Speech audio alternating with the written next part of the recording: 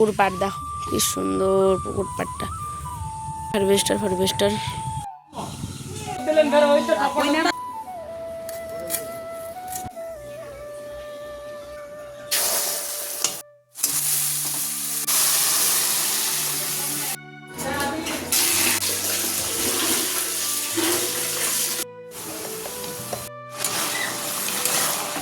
ও শোনো দাদা ভাই, কত সুন্দর সুন্দর আম এনেছে শুধুমাত্র। হ্যাঁ তুমি আগে পরোটা খাও, 10 টাকা কেজি এগুলো আম, ভাবো।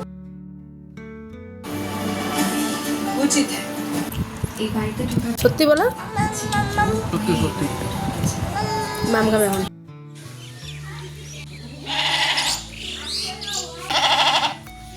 ভিডিও আজ বৃহস্পতিবার সকালবেলা থেকে ব্লগটা শুরু। অবস্থা দেখো, অন্ধকার হয়ে আসছে, কিছু কাজ করিনি। বৃষ্টি আসবে মনে হয়, ওয়েদারটা ঠিক তেমনই। দেখো পরিষ্কার করেছে এগুলো সব।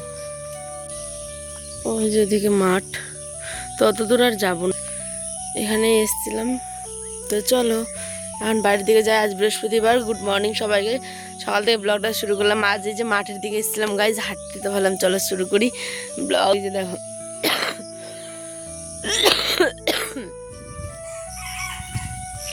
বৃষ্টি আসবে বলে এখনই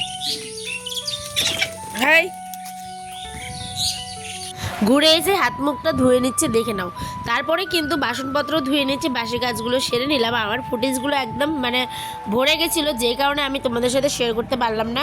আর মেঘলা মেঘলা ওয়েদারটা আছে সকালবেলা থেকে, জানো।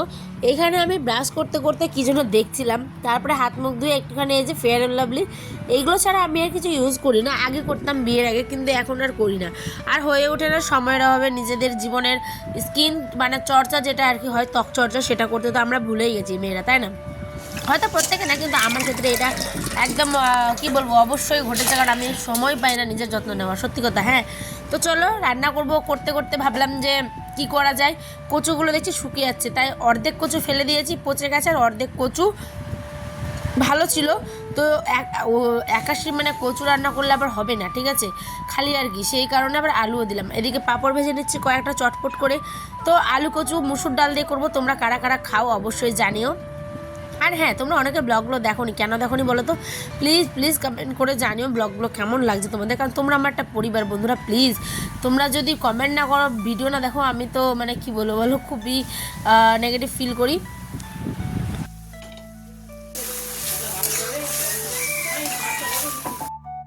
খাওয়া দাওয়া করে বরমশাই আমার বেরিয়ে গেল স্কুলের জন্য। আর এই দিকে দেখো একজন মানে কতগুলো ছাগল নিয়ে যাচ্ছিল, তোমাদের সাথে মানে না শেয়ার করে থাকতে পারলাম না, সিরিয়াসলি বলছি।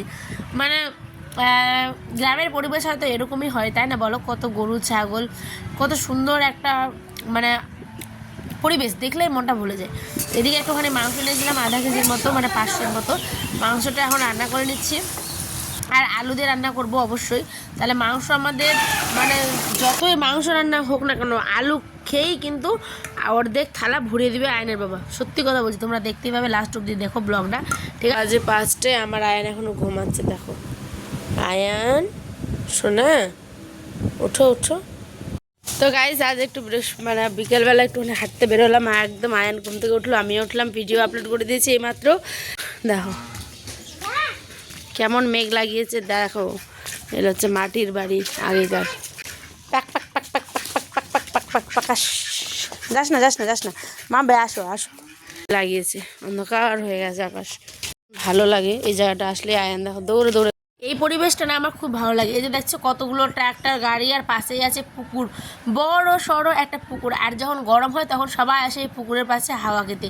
সত্যি গ্রাম বাংলায় যখন আগে যখন লাইন ছিল না, তখন নাকি শুনেছি আয়না বাবার মুখে, এইখানে এসে সবাই বসে থাকতো, পাটে বিছিয়ে শুয়ে থাকতো, এত প্রকৃতির হাওয়া দিত। এই হাওয়ার সাথে কোনো কিছুরই তুলনা হয় না, ঠিক আছে? আজ ছিল বৃহস্পতিবার, মানে বৃহস্পতিবারের ব্লগ। তো প্রতি হাটের দিনে আয়নের বাবার এটা আনার চাই, মানে ছেলের জন্য পরোটা, ফলমূল তো আনেই। আর এইগুলো দেখো 10 টাকা কেজি করে কতগুলো আম এনেছে। 10 টাকা কেজি করে যাচ্ছে এই আমগুলো, হিমসাগর আম। আমাদের গ্রামের দিকে মানে সত্যি কথা বলছি বন্ধুরা, শাক সবজি বলো, ফলমূল, মাছ মাংস, প্রত্যেকেরই দাম অনেক পরিমাণে কম। অনেক 7টা বাজে এখন, তো আমিও খেয়ে নিচ্ছি এখানে পরোটা, আয়ন বাবাকেও খাইয়ে দিয়েছি আমি নিজে হাতে, আর আয়নও কিন্তু খাচ্ছে। আর এখানে দেখো 10 টাকা কেজি ধরে কত সুন্দর সুন্দর হিমসাগর আম পেয়েছে, দেখো কতটা টাটকা, দেখেছো কতটা সুন্দর, এত মিষ্টি খেতে চিনির থেকেও বেশি বন্ধুরা। হচ্ছে ব্যাগের জিনিস, ওদিকে আয়ন সোনা কিন্তু খাওয়া দাওয়া করছে। চলো এবার ব্যাগের জিনিসগুলো তোমাদের দেখাই। তো এখানে আমি সমস্ত বাজার হাটগুলোকে গুছিয়ে নিচ্ছি। দেখো কী কী নিয়ে এসেছে, ঝিঙে নিয়ে এসেছে, ঝিঙে, বরবটি, কাঁকরোল, পটল, বেগুন, করলা, এই সমস্ত কিছু নিয়ে এসেছে, সব গুছিয়ে রাখবো ফ্রিজে। আর এখানে তোমার দাদাভাইকে আমগুলো ছুলে দিচ্ছি, কারণ সে আম খেতে ভীষণ ভালো লাগে, ভালোবাসে আর কি ভাত দিয়ে। তো ভাত দিয়ে খাবে না, যেহেতু টাটকা আনলো কিনা, তাই একটুখানি এমনি দিলাম, 3-4টে খেলো, খেয়ে ভীষণ ভালো বলেছে। ঠিক আছে, সত্যি আমটা ফ্রেশ, দারুণ খেতে ছিল। আর এখানে সব আমি ক্যারি ব্যাগে করে এভাবে বেঁধে কিন্তু আমি ফ্রিজে রেখে দিই। ঠিক আছে,